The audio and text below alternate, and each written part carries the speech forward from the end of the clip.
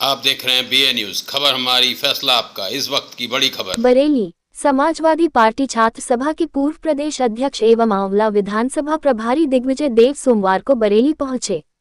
उन्होंने समाजवादी पार्टी के जिला कार्यालय पर पार्टी के पदाधिकारियों और कार्यकर्ताओं से मुलाकात की। इस दौरान जिलाध्यक्ष शिवचरण कश्यप, महानगर अध्यक्ष समीम खान सुल्तानी समेत कई वरिष्ठ नेता मौजूद रहे। पत्रकारों से बातचीत में दिग्विजय देव ने कहा कि समाजवादी पार्टी के राष्ट्रीय अध्यक्ष अखिलेश यादव और प्रदेश अध्यक्ष श्यामलाल पाल के नेतृत्व में प्रदेश भर में पीडीए विचारधारा को मजबूत करने के लिए अभियान चलाया जा रहा है और इसी अभियान के तहत वह बरेली दौरे पर आए हैं। उन्होंने कहा कि पीडीए यानी पिछड़ा, दलित और अल्पसंख्यक वर्ग आज भाजपा शासन में सबसे ज्यादा उत्पीड़न का शिकार हो रहा है। भाजपा सरकार में पिछड़े वर्ग के छात्रों के वजीफे काटे गए, 0 फीस पर एडमिशन की सुविधा खत्म की गई और सरकारी नौकरियों में बड़े स्तर पर धांधली की गई। दलितों को सामाजिक तौर पर अपमानित किया गया, अल्पसंख्यकों के साथ भेदभाव बढ़ा है। ऐसे में समाजवादी पार्टी इस पीड़ित वर्ग को एकजुट कर 2027 में भाजपा को सत्ता से बाहर करने का संकल्प लेकर चल रही है। फ्री राशन बांटे जाने के सवाल पर उन्होंने कहा कि भाजपा सरकार लोगों को सिर्फ अनाज पर टिकाकर उन्हें बड़ा सोचने से रोकना चाहती है। उन्हें लगता है कि सस्ता राशन देकर जनता का भविष्य छीना जा सकता है, लेकिन समाजवादी पार्टी शिक्षा, रोजगार और अधिकारों की लड़ाई लड़ती है। भाजपा की नीतियां बाबा साहब भीमराव अंबेडकर, डॉक्टर लोहिया और नेताजी मुलायम सिंह यादव के विचारों के खिलाफ हैं। बरेली में संगठन को लेकर पूछे गए सवाल पर उन्होंने कहा कि जो भी पदाधिकारी पार्टी की मासिक बैठकों और कार्यक्रमों से दूरी बना रहा है, उस पर कार्रवाई होगी। उन्होंने साफ कहा कि अगर कोई नेता पार्टी की नीतियों के विरुद्ध जाकर काम करता है या लंबे समय तक सक्रिय नहीं रहता तो उसे पद से हटाने की कार्यवाही तय है। उन्होंने ये भी कहा कि जिन नेताओं के बारे में शिकायत मिली है, उनकी जानकारी प्रदेश और राष्ट्रीय नेतृत्व को दी जाएगी। छात्र संघ चुनाव पर दिग्विजय देव ने कहा कि जब जब समाजवादी पार्टी सत्ता में आई है, तब तब छात्र संघ के ताले खोले गए हैं। छात्र राजनीति से ही असली नेतृत्व निकलता है। 2027 में समाजवादी पार्टी की सरकार बनते ही छात्र संघ चुनावों की बहाली प्राथमिकता में होगी। बरेली दौरे के दौरान दिग्विजय देव ने पार्टी कार्यकर्ताओं को आगामी विधानसभा चुनाव के लिए संगठित होकर काम करने का संदेश दिया। उन्होंने कहा कि आने वाला समय समाजवादी विचारधारा का है और जनता अब भाजपा के झूठे वादों से तंग आ चुकी है। समाजवादी पार्टी ही एकमात्र विकल्प है जो हर वर्ग को समान अधिकार और सम्मान दे सकती है। इस तरह से किस तरह से पब्लिक को छोड़े वर्ग के लोगों को अपने तक पहुंचे? देखिए, उत्तर प्रदेश में भारतीय जनता पार्टी जो सरकार राशन बांटने का काम कर रही है, सबसे ज़्यादा दलित और पिछड़े वर्ग के समाजों को छुड़ावा देने का काम कर रही है। एक तरफ उनके वजीफे खाती है, एक तरफ 0 फीस पे मिलने वाला एडमिशन बंद करती है।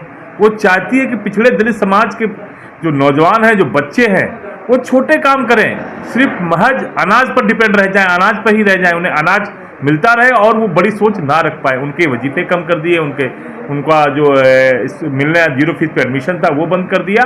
अब दलित का बच्चा इंजीनियर, डॉक्टर, डीएम, कलेक्टर नहीं बन पाएगा। क्यों? क्योंकि उसे अवसर देना बंद कर रही है भारतीय जनता पार्टी की सरकार और सिर्फ अनाज में उलझाए रखना चाहती है।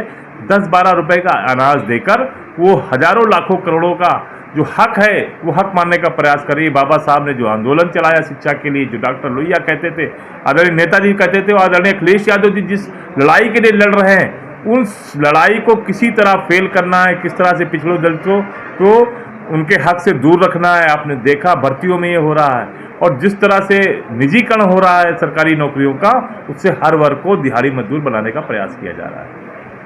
अखिलेश जी ने लेकिन अगर बरेली की बात करें तो यहाँ पे पुराने कुछ ऐसे नेता हैं जो मासिक बैठक तक में नहीं आते, उसके लिए आपने क्या किया? देखिए, आदरणीय राष्ट्रीय अध्यक्ष जी ने सख्त दिशा निर्देश जारी किए हैं और 2027 में समाजवादी पार्टी को एकजुट करने के आदेश दिए हैं और जो भी नेता समाजवादी पार्टी के कार्यक्रमों को, उनके द्वारा चलाए जाए दिशा निर्देशों को या और भी जो कार्यक्रम जो समाजवादी पार्टी के द्वारा जारी किए जाते हैं, उन्हें हर किसी को सुचारू रूप से चलाना है। और कोई व्यक्ति अगर इसके खिलाफ काम करेगा या समाजवादी पार्टी के जो कार्यक्रम जारी हो रहे हैं वो कार्यक्रम नहीं करेगा तो वो पद पर नहीं रहेगा।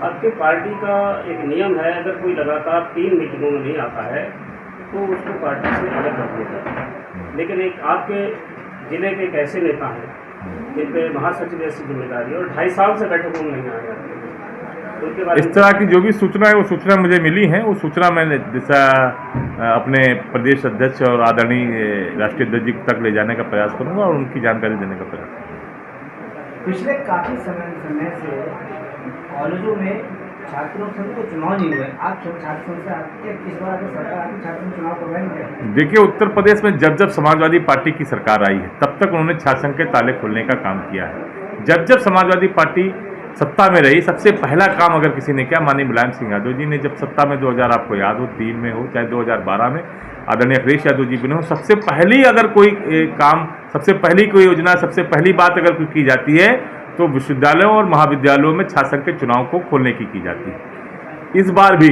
हमारे एजेंडे में, समाजवादी पार्टी के एजेंडे में छात्र संघ पहले भी थे, हैं भी और रहेंगे, क्योंकि ये नर्सरी है। यहीं से हर जाति समाज के लोग, हर वर्ग के लोग, नौजवान आते हैं राजनीति में, गैर राजनीतिक परिवारों से निकलकर नौजवान आते हैं। इसलिए ये रास्ता फिर से खोलेगी, फिर से समाजवादी पार्टी की सरकार आते ही छात्र संघ के ताले खोले जाएंगे और छात्र संघ के चुनाव कराए जाएंगे।